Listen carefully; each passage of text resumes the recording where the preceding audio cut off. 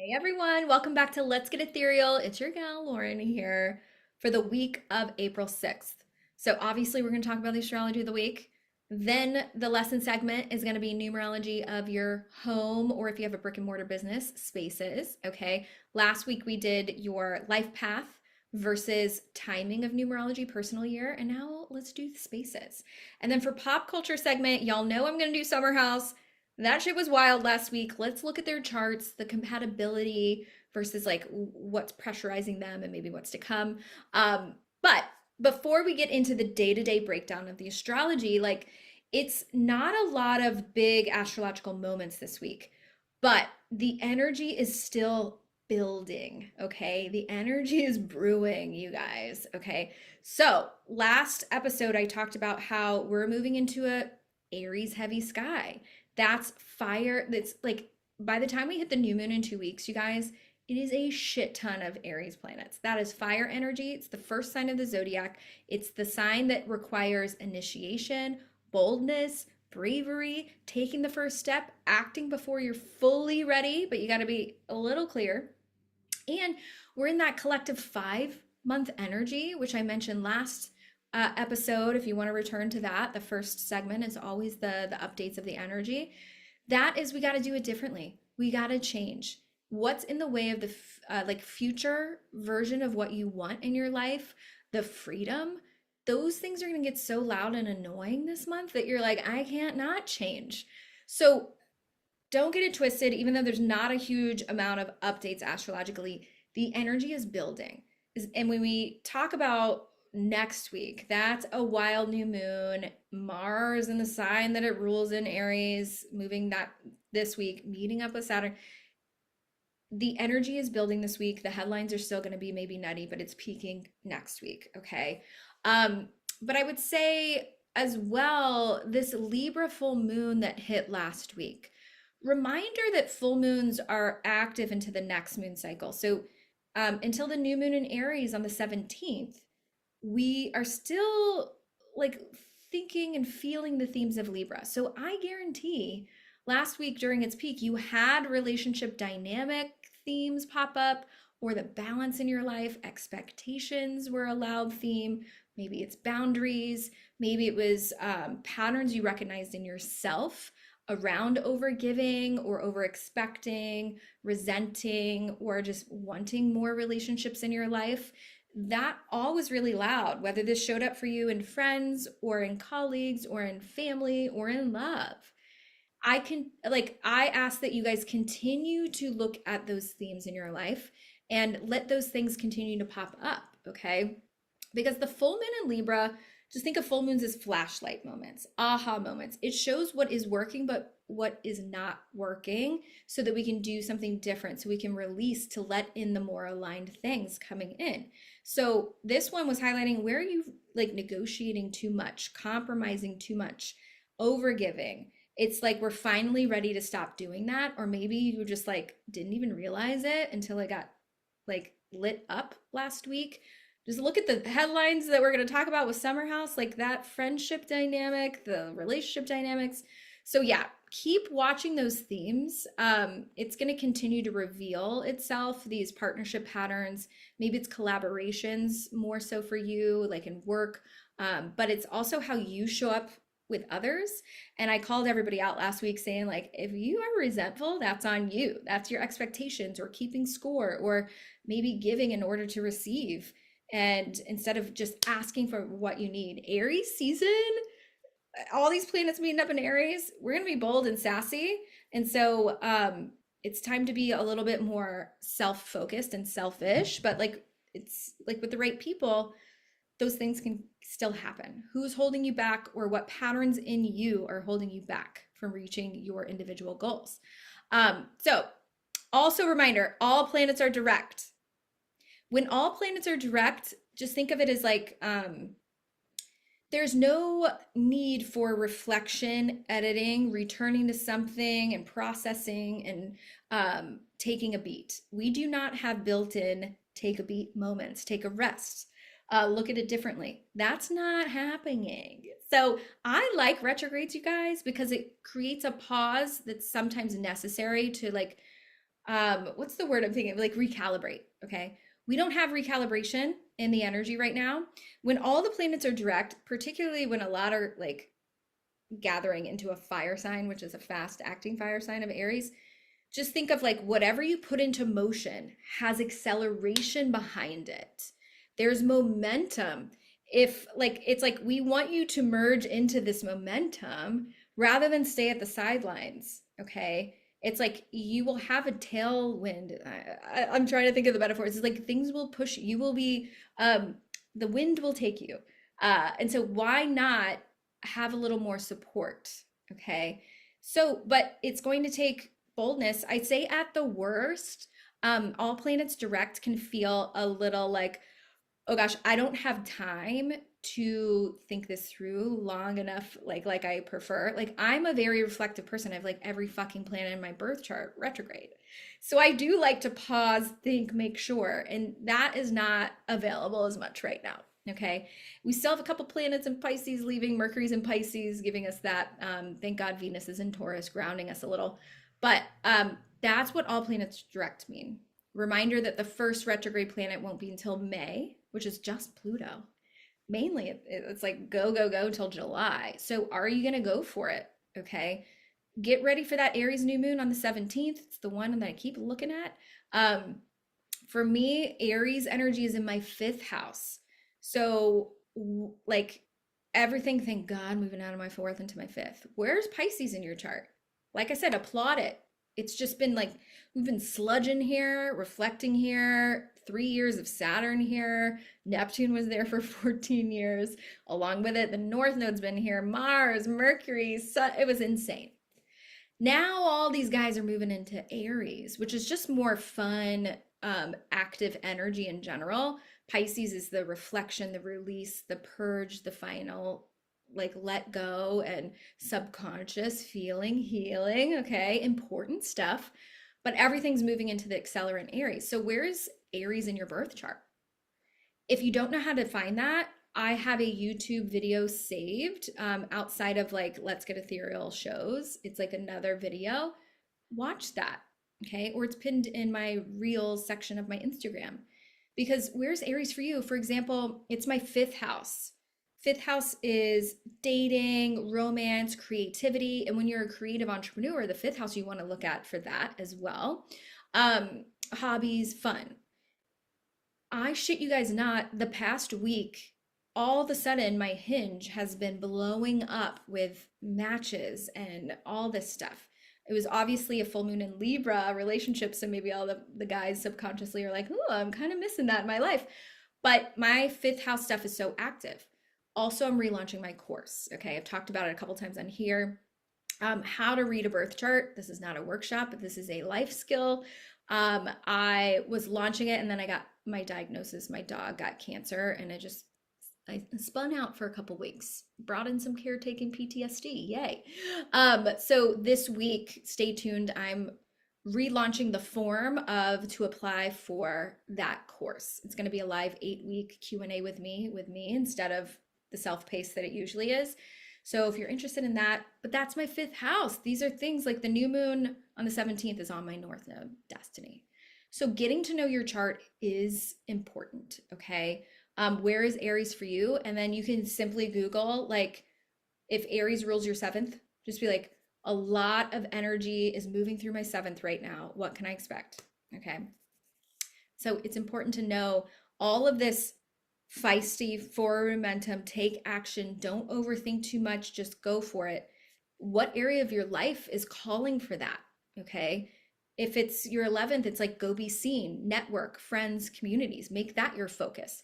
If it's in your 8th house, it's like get maybe your money and finances, debts to income, to loans, to credit, to maybe you're purchasing something big or investing in something big. Get that organized, get support. It's also an emotional fear and healing house. So you might be working on yourself, stuff like that. Okay. And reminder that with Aries energy, and we're in a collective one with the 5-month, like I said, it is so fast. It can feel like frenetic. Okay, so if you like to plan, if you like to reflect, if you like control, this is not your month. Okay, I want you to take a deep breath. I want you to ground and know that as you take your step, the path will continue to illuminate. So it is not like I have to have that full clarity and guaranteed success. No, as you move, the path reveals as you move. So just go for it. Try not to think too far out or you might hesitate.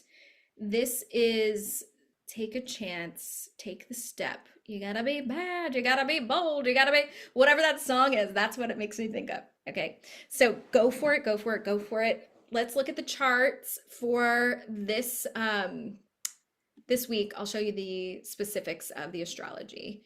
But like I said, it's more about all of this energy we've already been moving through getting louder. I'm going to choose over the shoulder, boulder, holder, visibility, share.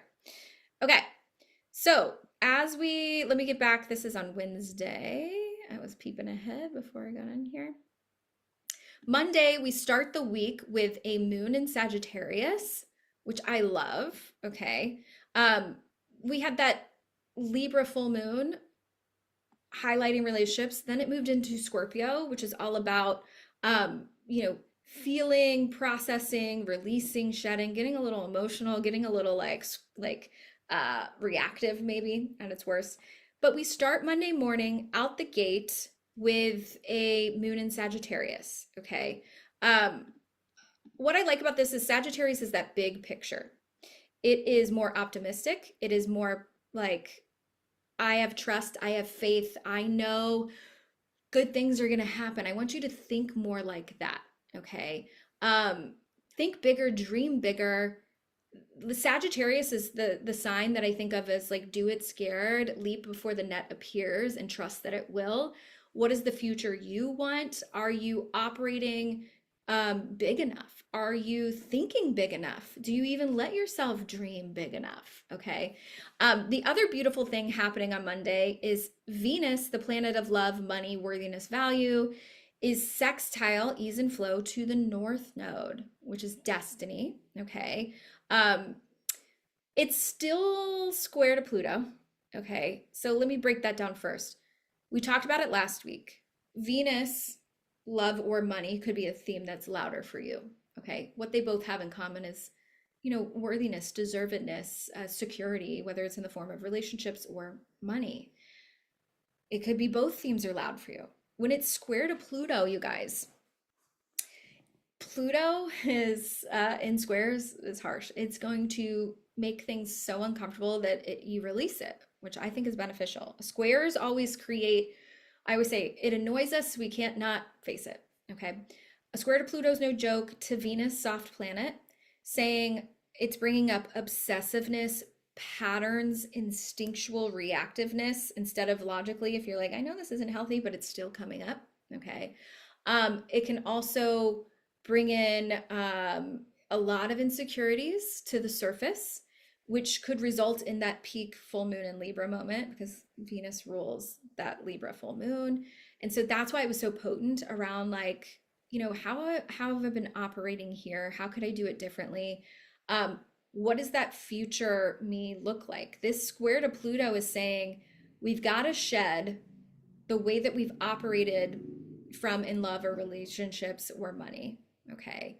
And then this North Node to Venus, okay, is saying helpful like illumination towards the future.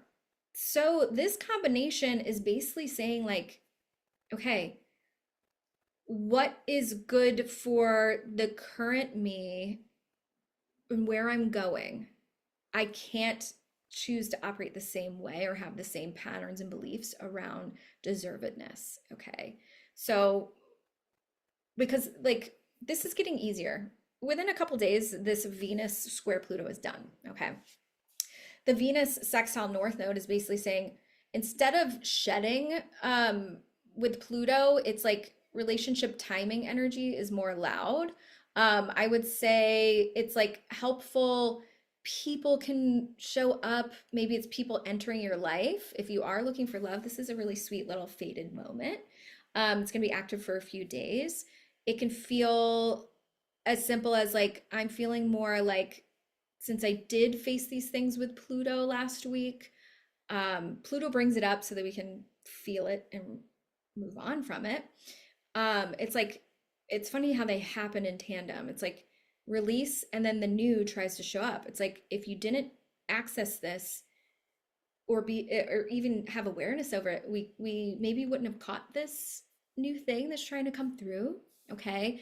So this could be conversations about money or collaboration showing up in your life, or this could be a straight up connection that's literally pointing you forward or being like, hey, have you thought of this, or bringing an opportunity. um you know, Venus is in Taurus and its favorite place, not its favorite, that's Pisces, but it's in the sign that it rules. And so Venus and Taurus, thank God we have an earth energy. It's saying tap into your sensuality, activate those senses, be in nature, be in beauty, be in the practical present, appreciate gratitude. And then North Node being in Pisces is saying, like, because you've done the healing, here's the little wink of like where you're moving towards in the future. Okay. So this is moving towards what's next rather than like what's ending. You already had those peak moments with Pluto. Um, and then I think this is really good energy combined with the moon and Sag of like saying yes to opportunities or invitations, or maybe introductions feel really aligned. So do that Monday into Tuesday, Wednesday, like start to feel into those things. Tuesday, we don't have anything, but obviously everything we just talked about, we're feeling on Tuesday. And then Wednesday, we have some energy shifts. We have the moon moving into Capricorn, get shit done. So if Monday, Tuesday, we have moon and Sag, thinking bigger, having faith, taking risks, taking chances. And then we moves into Capricorn saying like, okay, we got to take this serious now. We got to get shit done. And so I think let Tuesday be um, an action day. I want you to actually take action on Tuesday. Okay. Don't just be like, oh, there's nothing going on. Let it be a catch-up day. Whatever became clear last week, instead of like needing another sign, the astrology quieting down like that and giving a pause, it's usually because it's meant to come from you. You got to act on Tuesday. And then Wednesday, we got the moon in Capricorn saying like, we're creating stability over this. We're practical, we're planning, maybe we're organizing. And what I really like about Wednesday is we have the planet Uranus sextile ease and flow Mars. Okay. So when Mars sextiles Uranus, you can see it's 0 degrees here. Anything else? Sextile Neptune still, trining Pluto. Thank the Lord, because y'all saw when Mars and Uranus square, that's when the war broke out. So these two are very impulsive, very intense, fast moving planets. When they sextile, we like it. Okay. So this is kind of screaming, try something differently and it will work for you. Uranus wants to do it differently. Mars wants you to take action. It's still in Pisces, so it's more coming from an emotional alignment before we enter hot and heavy Aries. Okay. But Uranus is at the 29th degree of Taurus saying, do something differently, take a chance to bring in more security and stability in your life. Okay. So if you've been hesitating about making a change, or maybe it's sending the message or getting the strategy going, it makes me think of Uranus, or doing something simply outside of your routine. This could be a day where I'm like, Wednesday, walk a different route, drive a different route, go to a different coffee shop, go to a different store. Swipe on somebody that's just like, interesting, not my usual choice. Okay. Post something that's like, oh, I'm excited, but it's a little different than what I normally post. Do it differently. It's a little like Uranus really rewards a little unconventional, a little quirky, unique, future forward thinking, innovative. Be a thought leader, be a visionary. Okay. On a bigger level, I think Mars and Uranus often correlates with like fast developed news, sudden announcements. So expect movement. Uranus and Mars together, I think there could be rapid stuff. Maybe this is with the war. Maybe Trump's initiating something, or we just hear a fast escalation of something. But this is, it's a supportive aspect. So it's movement rather than like restriction based stuff. So maybe this could be reopening of what's the thing that's closed because of the war? Sorry, my brain gets turned off.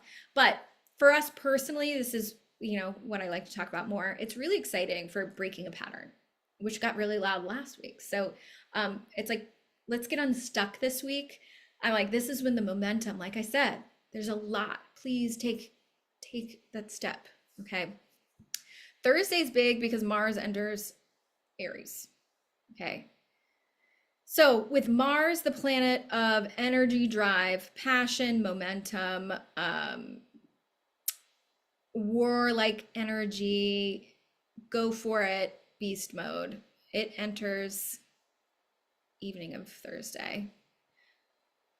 0 degrees. There it goes. So Aries is ruled by Mars. Aries is that first sign of the zodiac. What they both have in common, when you talk about Aries or what you know about Aries, the tough side of Aries people is they can be a little too impulsive. They act before they think. Mars is the planet of action and drive and fast momentum. See the correlation? Aries is also very like, I'm independent, I can act, I don't need to ask permission from other people. That's Libra, the opposite sign's noise. Aries is like, I can do it myself. It's faster if I do it solo. I can then motivate others and be a hype person and magnetic and infectious with my energy. High vibe Aries. Okay. Mars, do something about it. When it moves into Aries, when people have Mars and Aries in their birth chart, it's like they can act very quickly, but sometimes act before they think. So just think that's the energy we're all going to be experiencing. Like when everything moves into Aries, everybody's going to feel more reactive, impulsive, and accident prone. So I always say, like, when energy's so fast and furious and all planets are direct and it's a 5-month, like I said in the opening, this is no joke. Please try to like grind in, get grounded. Okay. I think this is going to really help motivation though. I think people are going to be feeling more direct for better or worse. I think when Mars is in Pisces, I don't like it. It's been there for like 6 weeks.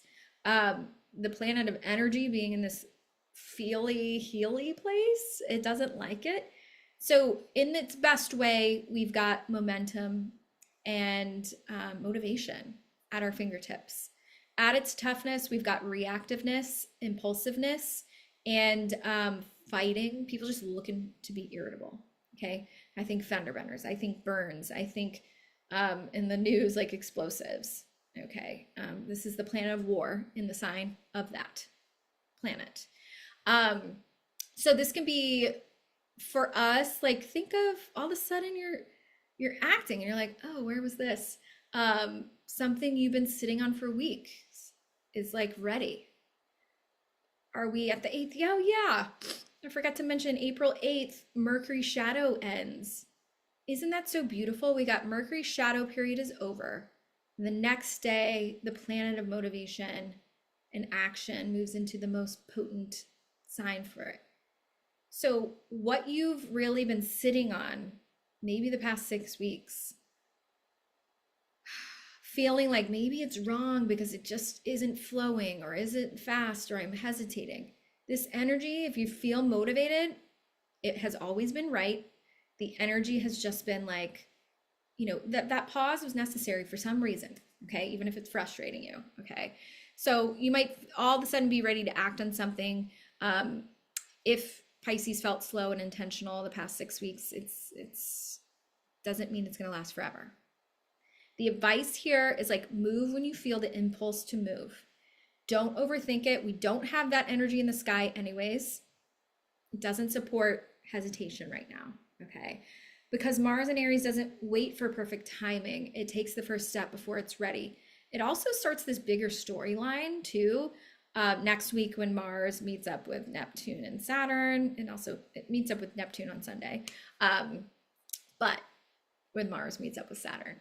So That's a big one. Now, Mars will be in Aries for weeks. Okay. So enjoy it. Enjoy the motivation. Maybe since that's on Thursday evening when Mars moves into Aries, maybe Monday through Wednesday, you're getting maybe organized and like hyping yourself up to start taking action. And it's not just on Thursday. It's like 6 weeks or 5, we'll have to see, of Mars and Aries. So we got a lot of time with this momentum, okay? And then Mercury will enter there next week and join in Aries. And then we have the new moon in Aries, okay? So this is a little glimpse. The second half of this week is a glimpse of all the potency. What are you going to do with your energy? Are you going to have an outlet? All right, Friday, we just have the moon move into Aquarius. Maybe later in the evening, it looks like. Moon into Aquarius, that's, Aquarius is the collective. It's people, community. I think you bring attention to the bigger picture, similarly to Sag. Aquarius is like that bigger stuff, the future. And so if your focus starts to just like be more cerebral, this is an air sign, focusing on maybe it's community or audience or strategy or future plans. It's like less one and done dynamics and more of like where you want to belong long term is a good time to think on that. And it's a good night to like connect with people. And then think of like in the news, it's more the next couple days, Moon in Aquarius brings up themes of freedom, restrictions to freedom, people that need support, humanitarian efforts. Those could be themes, okay? All right, Saturday, quiet day astrologically, similarly to Tuesday. So even though Saturday we don't have any big updates of its own, things are still building. Maybe they're not as obvious yet. But then we get into Sunday and we have big news. Mars meeting up with Neptune. This is going to be later in the evening when it's exact. So think into next week. Obviously, this is still going to be potent. But Mars 2 degrees to Neptune's 2 degrees in Aries. Now, Mars, we just talked about. Fast, sharp, especially in Aries, direct, shots fired, literally and figuratively, though. I mean, like out of the mouth, like intense. But Neptune is confusion, fog, illusion. It's powerful but subtle energy with these two combined. And like just you can think of the positive, like Neptune is vision, dreams, more creative, alignment. Does it feel right? So these two in its highest vibration is like I can act and it's in alignment, and I like trust my intuition, Neptune, and my feelings. At its worst, it can be like I'm acting, but I don't know what's ahead. Then I kind of encourage that. But it's like so much motivation now. The goal is like it needs to come more from inspiration, Neptune, rather than logic. It's a feeling, it's a knowing, it's like my body's moving before I even catch up with it. It's a good thing. Trust that gut instinct. If people ask you like, or they don't get it and they're like, why are you doing that? And you can't explain it, good. That means it's coming from an authentic place. So whether you're pulled more into like Neptunian things, which is more creative or spiritual, or more healing things, or maybe you're on the struggling end of this, of feeling like I'm a little exhausted. The Neptune's bringing the confusion and fog, and maybe you're out of alignment with something. This can feel a little annoying. So this can also bring up what you thought you wanted maybe isn't actually aligned.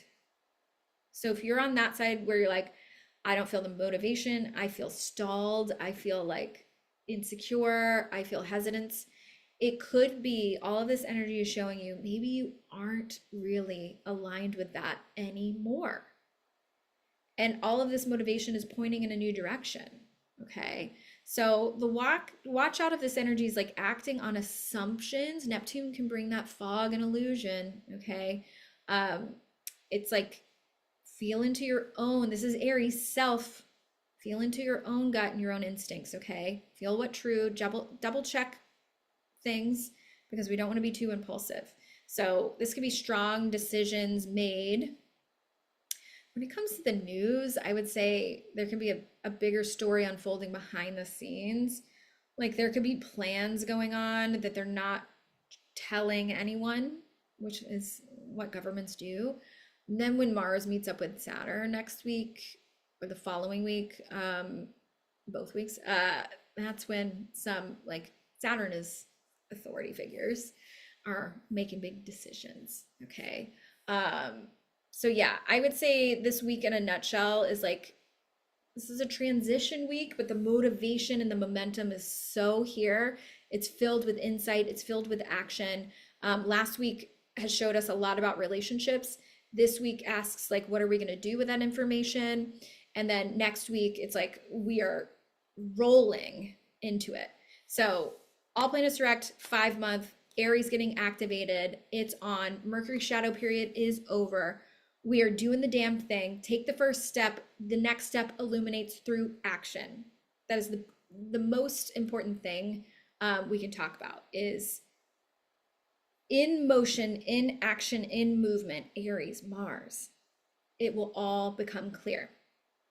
All right, let's get into, let's do pop culture first, okay? Let me pull up all the charts. I'm gonna hit pause.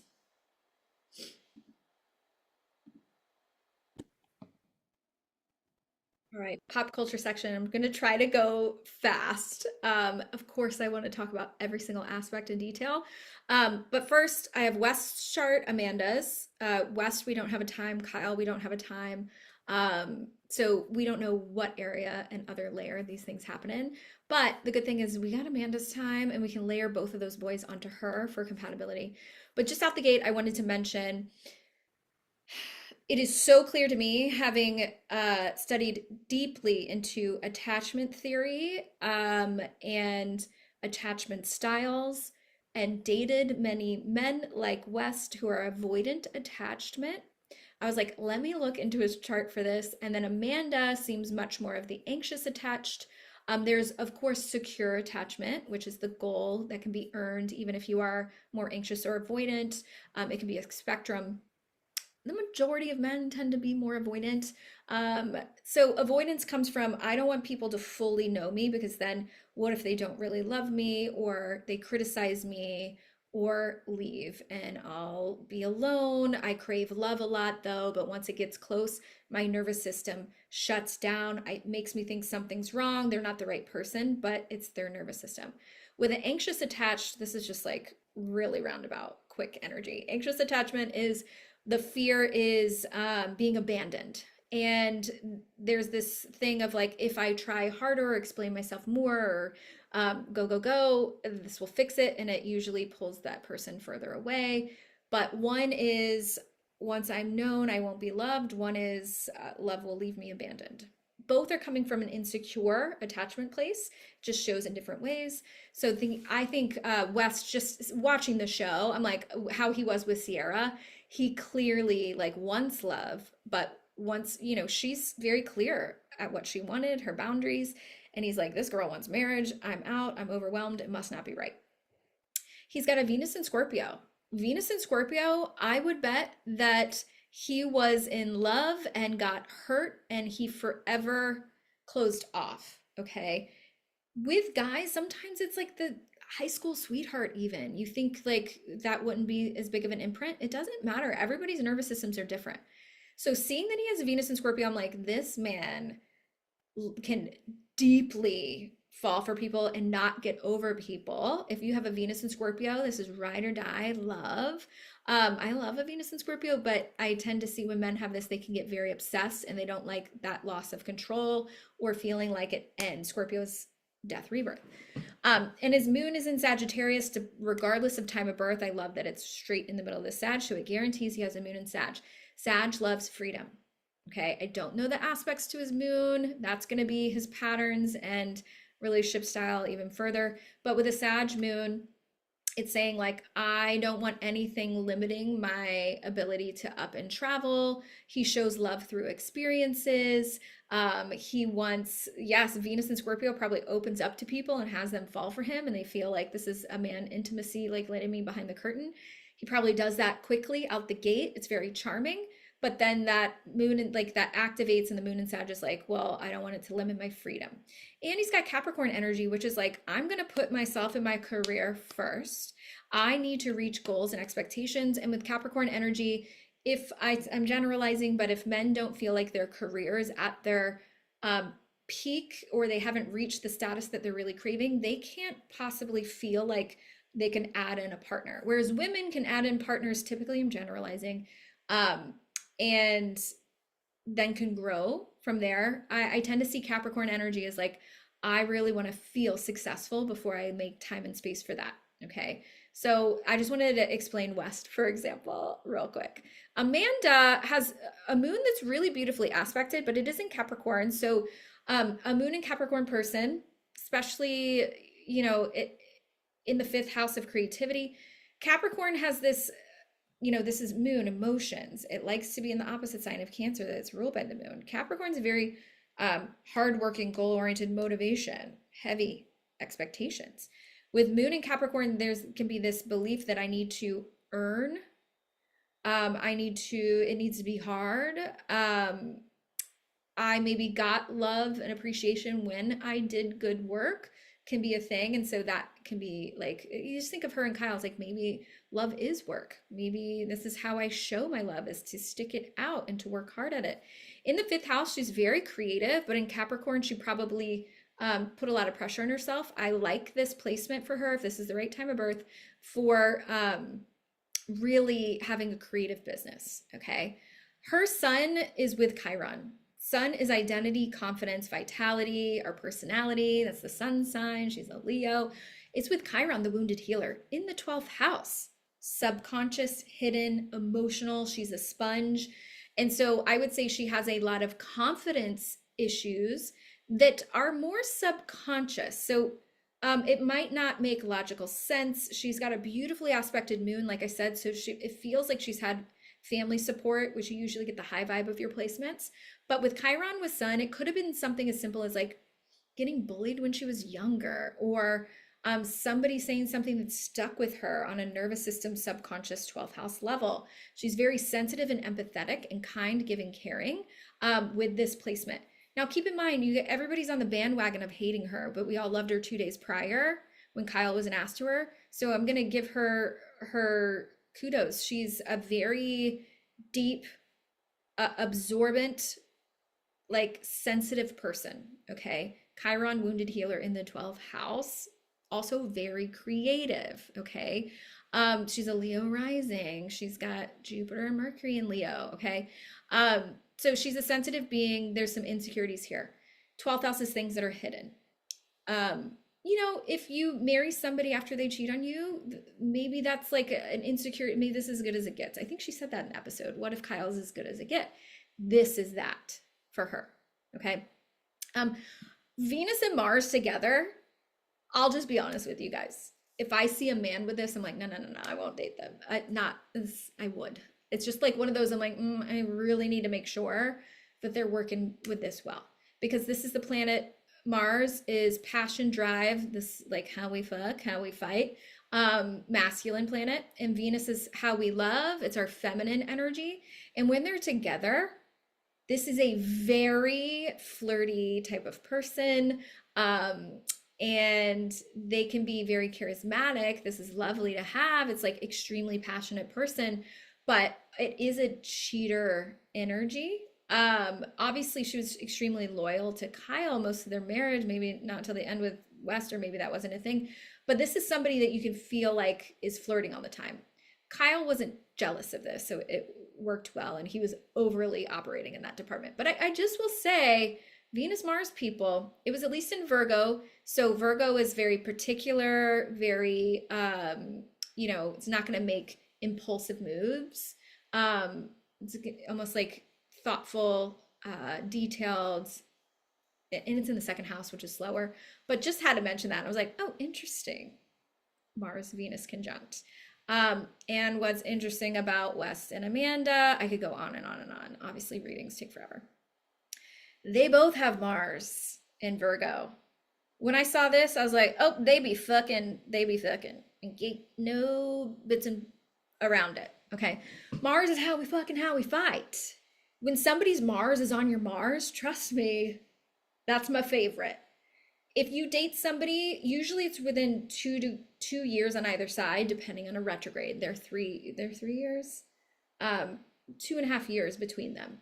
Mars takes 2 years to come back around to a sign. So every 2 years, you have your Mars return. So for example, I have a Mars in Capricorn. I've dated a couple serious boyfriends. I almost got married to one with, they're 2 years younger, Mars in Capricorn, great sex life. And people 2 years older than me that have Mars in Capricorn, great sex life. It means your style is like aligned. They have Mars together. Okay, that's the first thing I saw. There is high chemistry. In a nutshell, I'd say this chart together, high chemistry. I think also there is a lot of faded like alignment toward the future. It's really like, I would say activating, a lot of projection energy as well. And definitely a lot of compatibility, guys. I'm not gonna lie.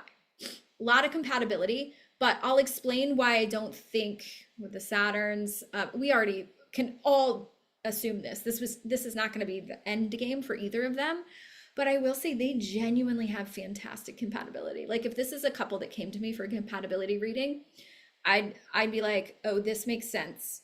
Okay, big time. But then I would give them the tools to really stick it out, because when I see Saturn in harsh aspects, it's usually there's setbacks. We're seeing it for them in what they do for a living. But if it was a couple that I work with, I'd be like, okay, we need to mind this energy. So real fate signatures, real attraction, but real friction. Okay. So I would say the best things out the gate to just breeze through these. I love a North Node connection. Okay, so this line together is their West's Mercury to Amanda's North Node. When planets are conjunct people's North Nodes in synastry, aka compatibility, North Node is where that person's going. So it pushes, like the other person pushes you towards that a little more. If there's planets with somebody's South Node, which Amanda and Kyle have, there is a past connection, a faded comfortability, we're just meant to be, but you have to watch out with South Node connections. We saw that in JFK Jr. and Carolyn Bissett's reading that I did last week. South Node is like a familiarity, but can hold people back. West and Amanda have this activation of like, hey, Mercury is how you think, and West's mind really helps Amanda think differently. This could be conversations that feel really important immediately. They could just be talking and opening up to each other much more than normal, mental, like go.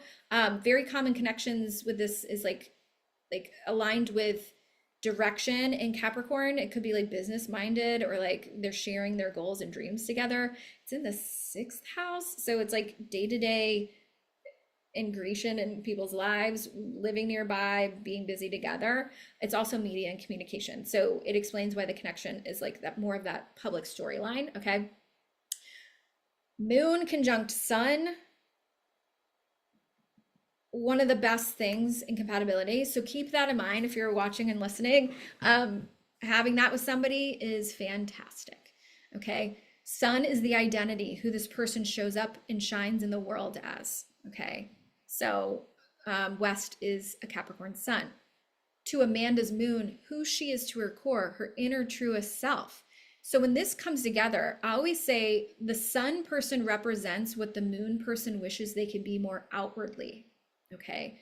So there's just this comfortability and familiarity here. This is like the emotional body meets the other person's identity. They understand each other. There is a comfort here. Obviously, they were friends first. So just know this is great compatibility, even if your friend shares this with you. Okay.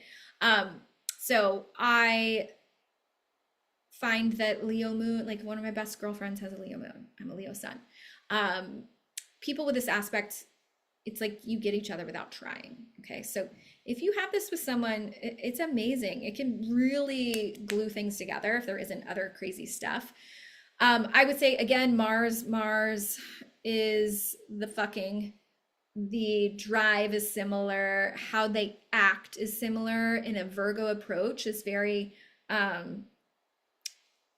it's probably hard for them because this is a high integrity sign and their integrity is being questioned, obviously. So this is going to be really hard for both of them, as it should be. They deserve it. But like Virgo, what surprises me is Virgo tends to be more like, let me think this through. But I think the attraction is just a little too wildly magnetic. Okay. The reason why I'm brought here again is Venus. Also, Venus-Mars compatibility is fantastic. Okay.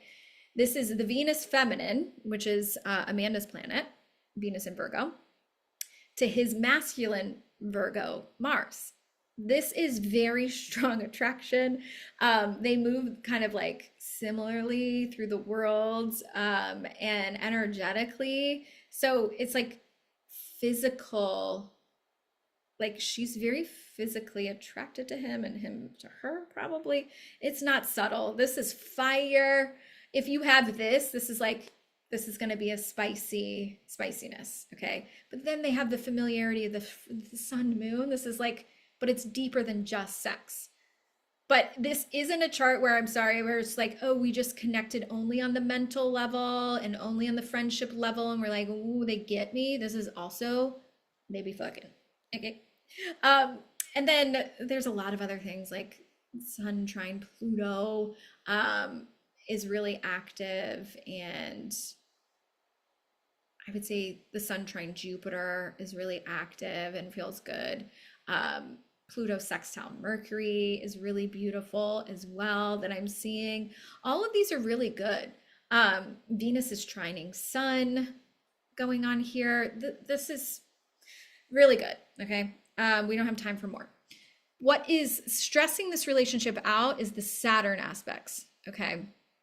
So Saturn opposite Venus is a toughie. Okay.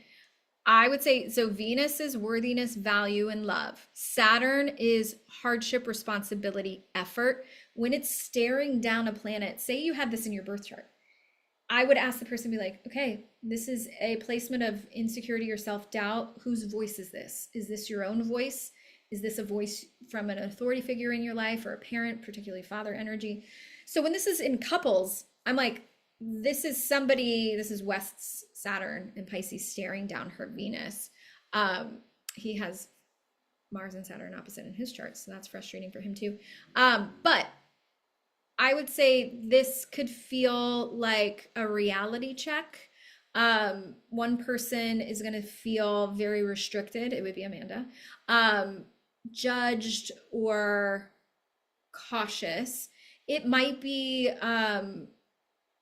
because she's probably heard about all the other people she's dating. She might feel a little insecure or judged, but it brings hesitation. I don't think they ever intended on being like end game. Like I said with West's attachment style, I made this in a story last week when this news broke. I was like, he's such an avoidant, that avoidant attached theory. Okay. Not just like I avoid things, it's the attachment style avoidant. Amanda is freshly moving through a divorce. She was not available to like, I want to be married again right now. So that feels safe to the avoidant. Okay. And for her, I think she probably gets attached quicker than she wanted to with him. But this Saturn staring down her Venus, she might feel like comparison or not good enough. Or maybe it's just the restriction of what's going on with work. Saturn is work, responsibility, judgment. You can do better energy. Just think of like staring down her, so like feeling good about herself. Okay. It's complicated. Okay. Mars is also opposite Saturn. Her Mars and his Mars opposite Saturn. One pushes forward, the other slows things down. There's restriction. He's probably like, pause. We can't do anything about this. He was like, or he's just like a wall a little bit. It keeps things from progressing naturally. We also have a Mercury square Pluto situation. So this red line, that's intense communication. It's not always easy, but again, we saw the Mercury with the North Node, which was also good. But this is probing. She's probably jealous. This is her Mercury. Jealous. He too, he's got a Venus in Scorpio. He's probably jealous too and doesn't admit it. Tries to play cool, keep it cash, keep it charismatic. He's a jealous one. He's a jealous boy. Okay. And then with Mercury conjunct Neptune and Neptune squaring the ascendant, that's the projection, the illusion, the when we are getting attached to people, we can, if you heard of limerence with people, it's like before the reality hits, there's this projection aspect. They have a lot of projection going on. This is idealized versions of each other, etc. And then not to mention like all these other things going on. Okay, I'm gonna move on to her and Kyle though, to wrap this up. Much less time on them, but okay. Amanda and Kyle, just double checking. Amanda and Kyle, obviously they're compatible. They wouldn't have been married, okay? They wouldn't have been married if they weren't compatible. They have a lot of faded stuff, okay? I would say the difference between the two, which you guys are smart, you probably just know this even just watching like this stuff play out, but just to explain it astrologically. West and her, very chemistry, very fast, very real synastry, okay? But it's like too much hardship long term, okay? I would say there's also like timing friction, obviously. When it comes to Kyle and her, there's a lot of karmic connections in their chart and a little volatility, but it's the type of connection that changes you forever. Okay. West changes her, blows up something in the moment that feels more gravitational in the moment, but Kyle has changed Amanda forever. She's changed him forever. I wouldn't be surprised if these two come back around. I'm not saying they should, but this is the type of energy where I'm like, I can't quit you, I can't live with you, and I can't live without you, is how I would describe this energy. If anything, this just could be like, we will always be friends. You know how like big public divorces, people can start saying, oh, we'll always be friends. Even when they were saying that, and I was just like, yeah, right. Yeah, right. As soon as one of them dates somebody, it will go away. Looking at their astrology, I actually believe them. This is people that are forever linked. And the main thing is the North Node is opposite each other's North Node. Okay. So when somebody's North Node, so we've got North Node in Cancer for Kyle and North Node in Capricorn for Amanda. Those are opposite signs, okay? What degree? North Node is 18 degrees, 11 degrees. So within 7 degrees of each other. That's what happens when people are 9 years apart, by the way. So if you know of any celebrities out there with that 9-year apart age, it's because their North Nodes are opposite each other. Now, reminder, opposite of the North Node is the South Node. That's where our souls have been. That's our past life connections. That is a faded karmic stuff. So, and then North Node is opposite Venus, exactly, of Kyle's Venus. Okay. But let's see what else. We've got Sun on her ascendant. So Kyle's sun is exactly on her ascendant. This is the epitome of like attraction, because the ascendant is how you move through life, how you show up. It's the lens in which you move through life. It's your decision maker. If you got a reading, I'd be like, this is how you specifically, if things are feeling frustrating, out of alignment, your ascendant tells you how to move. Okay. So how she moves through the world, he also like illuminates that sun sign. Okay. So this is attraction. The sun person, Kyle, naturally activates the identity of the ascendant person, Amanda. Okay. This also like this feels like, oh, this person just fits. Also, you can think of he illuminated her path quite literally on the show. She dating him, I mean, no way you can twist it. By dating him, she got where she is. So this is that placement, okay? It's visibility as a couple too, if you want to think the sun illuminates. People see this relationship, they're in the public eye. If you have this with a synastry with somebody, it's like maybe you're like going to big events together, okay? This is a unit. Pluto trining Venus is also really beautiful. Boom, okay. I like this for deep attachment. This is pretty deep, okay? Deep attachment going on in the relationship, ride or die, protective energy. Kyle's Venus is activating her 12th house behind the scenes. Interesting, okay. Magnetism, protective. Moon of Kyle's being opposite her ascendant, that means his moon is like emotional support, people's moon layered on your chart in her 7th house of relationships. He is aligned with what she's looking for in an emotional supportive partner. Now, obviously, Kyle's ego got a little loud and needy, and the dynamic of when they met, I guess one could argue, she was much more in her south node when they met. Her south node is in Cancer, okay, with his Venus, saying your south node is who you are naturally, but you have to grow into your north node. When she had a south node in Cancer, she was a natural caretaker. In the 12th, naturally self-sacrificing. When he met her, she was like, I want to nurture and support you. I see your potential. I can help heal you and mother you there. Then the north node wakes up. She's got to wake up to her destiny is Capricorn, a career. In the 6th, work. She's got to bring it into reality. She's more flowy. 12th house is more like creative. I'm not as routine and structured, which drove Kyle nuts. But the north node in Capricorn says all of a sudden she wants to make something of herself. He's like, wait, where's the person I started dating? This makes sense, okay? And funny enough, Kyle has the opposite. He came in with a Capricorn south node, okay? Boss energy, it's ingrained in him to work hard. That's all he talks about. But his north node is Cancer. So his ultimate destiny was to, like, depending on what house this falls in, we don't have his time of birth, is to open up to more of his emotions, nurturing side, becoming a parent perhaps, and healing, and stop overworking and burning out south node in Capricorn. Okay, he's meant to, both of them are meant to find work-life balance. This is, both of them have the placement of like working parent, but Amanda was naturally nurturing and woke up the beast of, I want to put my own stamp on the world.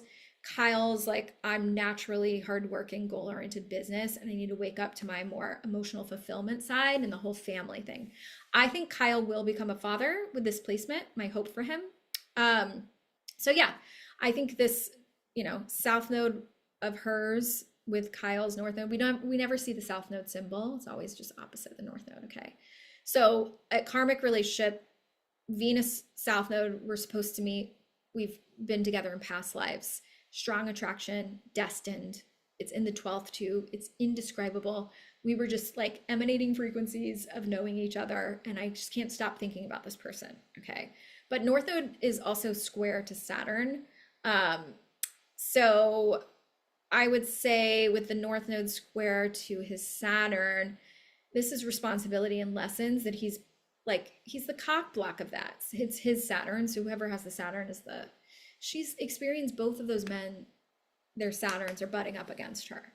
I wonder if her father, I know they have a great relationship on screen, but I wonder if he was a little bit high expectation dad, a little hard, because now we see two men with harsh Saturn, okay?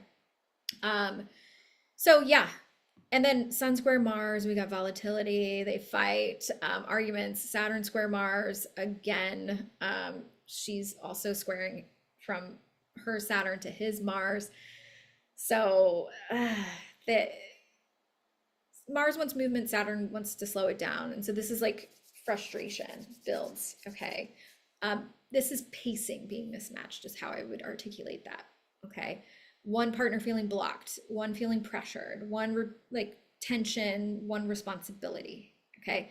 blaming, passing the hot potato of responsibility. We see that in the show. And then Mercury square Uranus is just like key for saying the thing that hurts the person, unpredictable communication.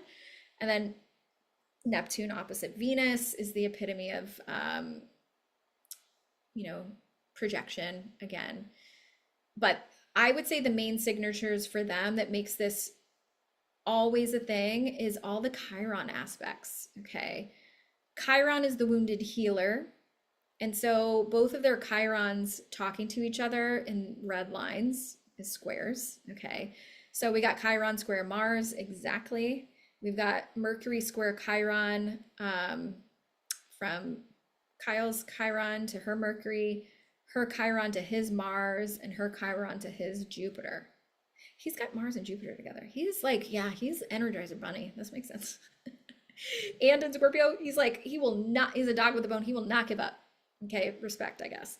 But this relationship activates old wounds, old emotional sensitivities.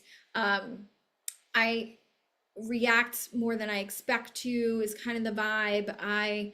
Communication, I know it's going to hurt you. I'm going to say it anyways. This forces growth and healing. So I would argue, harsh Chiron is going to make the person grow and heal. It's not going to be easy though. It's not gentle. So yeah, I would say they are more faded and under each other's skin, obviously. I love Jupiter, sextile, all of his planets. And with Mercury, oh, that's so good. And Mercury, sextile Mars, Mercury trine Neptune. So good. So it's like there's understanding for each other. They have the ability to talk through conflict. I just think they just are just, their north nodes are opposite. Who he married was a south node in Cancer. Who she became was a north node in Capricorn. Okay. South node, both of them connected there, can hold each other back. Okay. But I love Jupiter sextile Saturn. Saturn in ease is a permanency in relationship. Okay. I really do think with the Saturn Jupiter connection, okay, this is what I'm looking at here. This is one of those things that blends like optimism with realism and growth with structure. And it shows up in couples that want to build something together over time. And it's just like, optimism to somebody's goals. And I think they will remain in each other's lives. Okay. So strong attraction is also here with them, with that sun on the ascendant, and that south node with Venus. Beautiful. That's also very karmic. There's deep attachments with the Pluto activation. Opposite conflict styles, I would say. Different Mars. Okay. Different sex styles. You hear Kyle complain about that a lot. It's like a Mars and Virgo is like, I gotta be in the right part of my routine and the day's gotta feel right. Mars and Scorpio is like, I just want to book. So yeah, that makes sense. And then, yeah, I think there's, entanglement. We've got an MC square MC. This feels like a formative chapter. They will always be in each other's lives, I hope. They might even return to each other, but I don't know if they would. But it makes sense why they were together. Okay. That was a long and dirty, that was exciting though, because I watched the show and it's like the astrology doesn't lie. Okay. I'm going to wrap this episode because it got long again. So let's TBD the numerology of spaces. It's like, I'll just go through the numerology really quickly of this segment. It's what we talked about with each number. If you live in a 1, that is great for new beginnings. Okay. And you add it up to a single digit. Okay. Let me just share. That's what I'm going to do. I'm going to pause the recording and share my article that you can screenshot. How about that? Right. This is my membership, by the way. This is an old article from 2021. That's so funny. Instead of over talking, I will just share that you add up where you're living to a single digit. Okay. My address for my building is 828. That's not what you add. You focus on your unit number. Okay, I'm unit C. Okay, for those that have a number unit or a letter unit, here, screenshot this, grab it. Here's your easy access. I wrote in here, you add it up, say that you live in 960A. You would add 9 plus 6 plus 1 because A is a 1. Okay. So this is how you add it up. If you live in a physical home that there's no unit number, I think of, 1304 is your address. 1 plus 3 plus 4, that's an 8. Okay. So you're living in an 8. If you have something that adds to double digits, you want to single it down to one number, 1 through 9. Okay. So if you live in a 23 or a 22, we don't do master numbers for homes. I guess you could do an 11, but Google that if you want. Okay. The numbers, just think of if yours equals 1, screenshot this: new beginnings, initiative, independence. The shadow sides I watch out. Yeah, it can feel a little it could be independence. But I think it's great for launching things, being like a fresh start, a first apartment, stuff like that. Great for new beginnings. 2, if you live in a 2, that's a more slow, balanced. The toughest side of a 2 is relationship patterns, and maybe you fall in love in a place like this, or people visit your home and they feel nurtured and comfortable. Warm and sensual vibe to the home. Just think of the numerology of your home as like what people feel too when they walk into it. I always say the 6 is the best. 6 is the best numerology of a home. It invokes that cozy, homey, literal, 6 years in numerology represent home and family. As you listen to last episode about the numerology, you'll see the connections. So for the 2, I have the watch outs. Not the best for excitement seekers or independent types. The tough side is a little overly sensitive and indulgent, imbalanced when people live there, but it just feels like cozy vibes. Okay. If you're looking for better balance in your life, relationships, and you are looking at multiple homes, look for a 2. Okay. Or a 6. The 3, that's what I live in right now. 3 is social, creative, vibrant, busy. When I moved here in LA, that's literally what I got. My life has never been more happy as far as my social life. If you follow my personal Instagram, you're like, got the best Santa Monica life. It's so true. It's also very creative. At its worst, can be a little too all over the place. As y'all know by watching my show, and kind of talk about everything. So it's very fun. If you are like, if I'm a hermit, I wouldn't be living in a 3. Okay. Yes, I love my alone time, but I work from home, so I get that. Okay. You don't necessarily have to be the hostess in the 3, but you're a busy person popping in and out, and there's a lot of joy and a lot of creativity in the home. 4 is like the grounded, practical home. I had a friend buy a home and redo it completely from the studs out, and it took way longer because the 4 is the tough side, is like things take a long time here. But if you're looking for long term, she made $100,000 on that flip. Okay. So think of Saturn when you think of 4. Long term, do I want to live here forever? Great. Do I want to make a profit? It's going to take a lot of work. Great. It's a grounded vibration. It's a very disciplined, structured home. So when you enter it, maybe it's not the most like warm and gentle, but it's like, just think earthy tones, grounded energy. I think like Palo Santo being lit. So if you want to work hard at something, if you want to get more stable, secure, live in a 4. Or if you have a business, the 4 could be very structured, but it can be a little slow. Okay.